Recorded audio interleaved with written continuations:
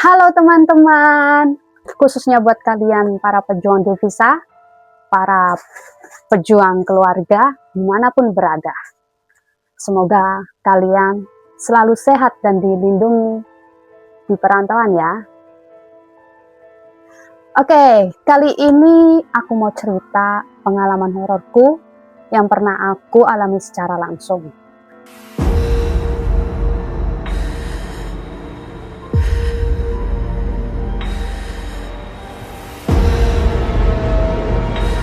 Selamat datang di horor TKW. Kerja ke luar negeri itu impian banyak orang. Tapi kalian tahu nggak sih, perjuangan seorang pekerja migran Indonesia itu udah dimulai bahkan sebelum mereka terbang. Tepatnya saat kami harus dikarantina di PT. Bukan cuma fisik yang dikuras, tapi mental juga diuji. Apalagi kalau kalian dapat PT yang ada isinya. Waktu itu aku masuk PT pelatihan untuk syarat kerja ke luar negeri. Bangunannya besar, tapi karena beberapa area belum terpakai, banyak banget ruangan yang kosong, yang gelap dan pengap. Di PT ini, tujuan penempatannya dibagi dua, yaitu Hong Kong dan Taiwan. Total yang terisi hanya ada 3 asrama, yaitu asrama A, B, dan C. Untuk asrama A itu tujuan ke Hong Kong, asrama B ke Taiwan, dan asrama C ke Hong Kong. Dan aku kebetulan di asrama A ya. Tiap asrama sebenarnya punya fasilitas kamar mandi masing-masing. Tapi di antara semuanya, kamar mandi asrama C yang paling menjadi primadonanya. Bukan karena bagus, tapi karena terkenal. Paling angker. Saking angkernya, ada penampakan di sana. Jarang ada anak asrama yang berani ke toilet asrama C sendirian. Bahkan di siang bolong pun nggak ada yang berani satupun. Singkat cerita, hari-hari awal kami di sana langsung disambut dengan berbagai kejadian aneh. Suasana PT itu rasanya berat banget. Awalnya cuma suara ketukan, tapi lama-kelamaan mulai ada anak yang kesurupan. Dan ini gak kena waktu. Mau siang bolong, pas lagi materi keras, mau sore, sampai malam dini hari pun selalu ada aja yang tiba-tiba teriak, nangis, atau badannya kaku. Kami yang awalnya takut, lama-lama jadi ngerasa capek. Jujur, tekanan mental jadi double. Sampai akhirnya datanglah malam jahanam itu. Bayangin deh, seharian kami belajar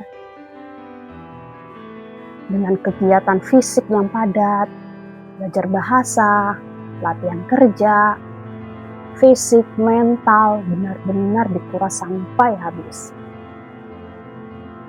Pas jam menunjukkan jam 11 malam, itu adalah waktunya kami tidur lelap. Tidur yang nikmat banget. Karena badan udah rasanya udah capek, udah remuk ya. Tiba-tiba dari sudut lorong ada suara teriakan histeris banget. Satu anak kesurupan lagi. Suasananya langsung gaduh. Semua anak asrama dipaksa bangun dengan nyawa yang belum kekumpul penuh. Kami langsung hubungin anak ini. Niatnya mau bantu nenangin dan bacain doa-doa. Tapi tahu nggak apa yang bikin saya nggak habis pikir? Dan asli bikin mangkel banget.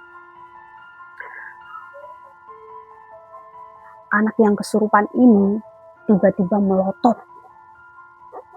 Suaranya berubah jadi berat, ngebas, dan nadanya pun kayak orang lagi merintah bawahan. Dia nunjuk keluar dan ngomong, "Kudas tandon airnya sekarang juga. Cuci sampai bersih." Di situ saya batin.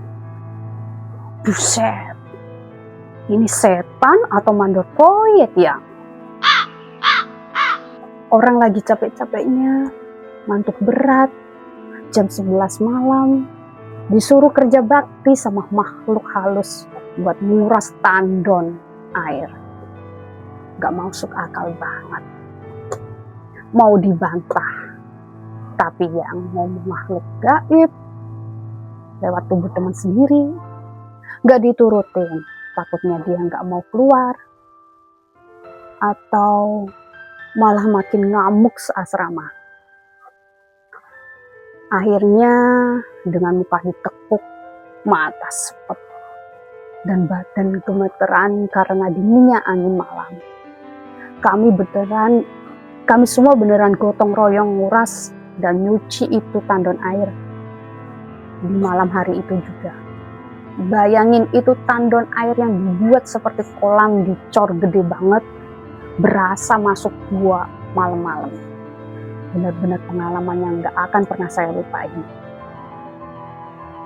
Ternyata jadi pekerja migran itu gak cuma harus siap mental ngadepin bos di luar negeri, tapi juga harus siap mental dikerjain setan penunggu asrama. Nah, kalian yang pernah di PT atau punya pengalaman horor pas kerja di luar negeri, jangan dipendam ya. Yuk, ceritain ke aku lewat DM. Siapa tahu cerita kalian yang bakal aku angkat di video selanjutnya. Ditunggu DM-nya ya. Bye, see you. Ayo, cuma see you, Cek.